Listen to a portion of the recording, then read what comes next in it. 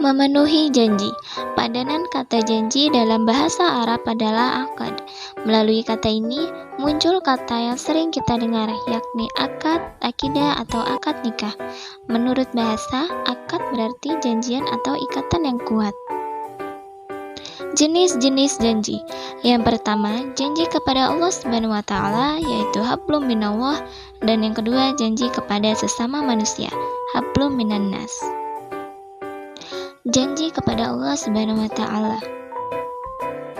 Di dalam Al-Quran sudah dijelaskan bahwa semua manusia tak terkecuali pernah melakukan perjanjian kepada Allah Subhanahu wa taala di alam ruh atau rahim, dan bentuk janjinya adalah nanti jika sudah di dunia akan mengimani Allah sebagai Rabb-Nya dan berjanji menjadi hambanya yang taat, sebagaimana firman Quran surat Al-A'raf ayat 172. Yang kedua, janji kepada sesama manusia, hablum minan nas. Janji kepada manusia adalah janji-janji yang sudah dibuat dan disepakati, baik sebagai pribadi maupun dengan lembaga atau pihak lain. Melalui janji-janji inilah reputasi dan nama baik dipertaruhkan. Manfaat memenuhi janji.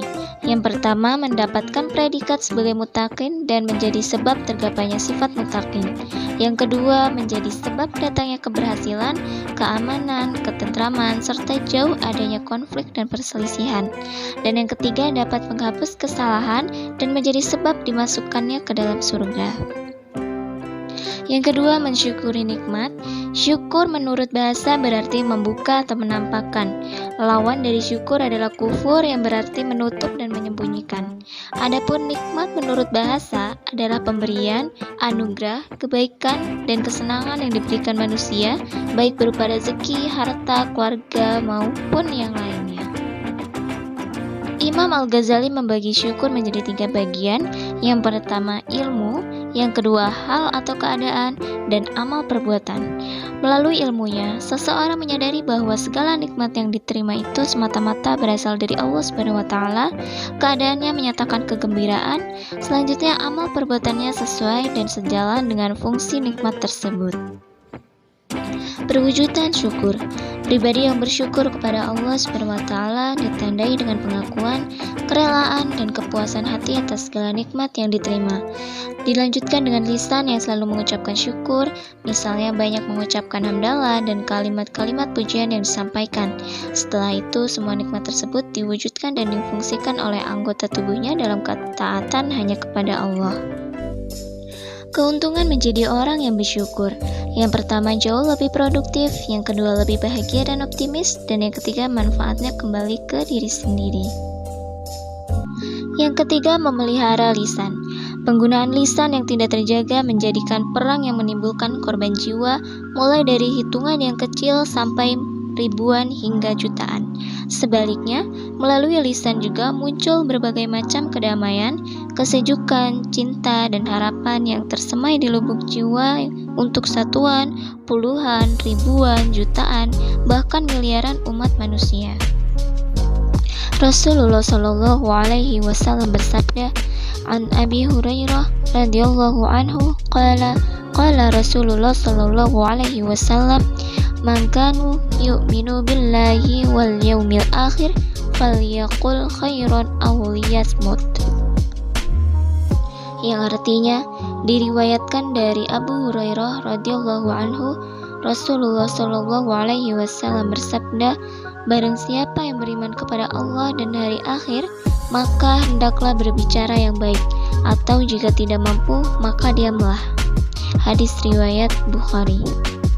Lisan antara fitnah dan buhtan. Dalam Al-Quran, kata fitnah memiliki beberapa arti, antara lain cobaan, ujian, musibah, dan ada juga yang berarti siksa di akhirat. Sedangkan makna fitnah yang dipahami masyarakat di Indonesia berdasarkan KBBI adalah perkataan bohong atau tanpa berdasarkan kebenaran yang disebarkan dengan maksud menjelekkan orang.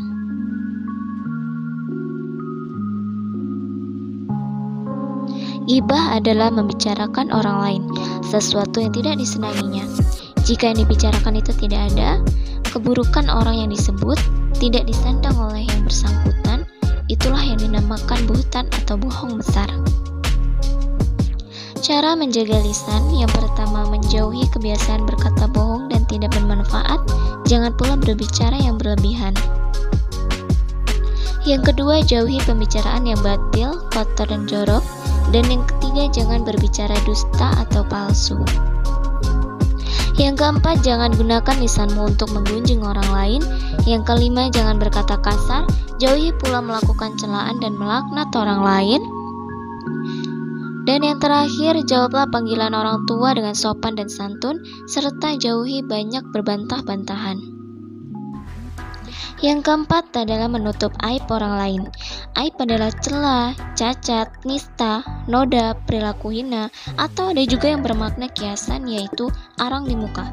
Begitu beratnya keburukan akibat aib yang dibuka, maka siapapun kita, jika mengetahui aib, maka hendaklah kita menutupi dan menyimpan rapat-rapat aib tersebut. Jangan sampai malah disebar ke khalayak ramai. Macam-macam aib. Yang pertama, aib zohir, yaitu aib yang nampak dan dapat diketahui secara lahir jika diperhatikan betul. Misalnya, cacat pada barang-barang dagangan. Yang kedua, aib tersembunyi, yaitu aib yang tidak nampak karena disembunyikan, tidak terlihat meski sudah diperhatikan betul-betul. Contoh, kacang-kacangan yang bagus atasnya, sementara yang bawah kondisinya kurang baik. Yang ketiga, aib di medsos. Di antara penyalahgunaan teknologi adalah orang yang begitu mudah membuka aib orang lain. Saat ini, orang begitu mudah tumbang nama baik dan martabatnya dari penyalahgunaan media sosial, baik dari WhatsApp, Twitter, Instagram, Facebook, Telegram, bahkan blog.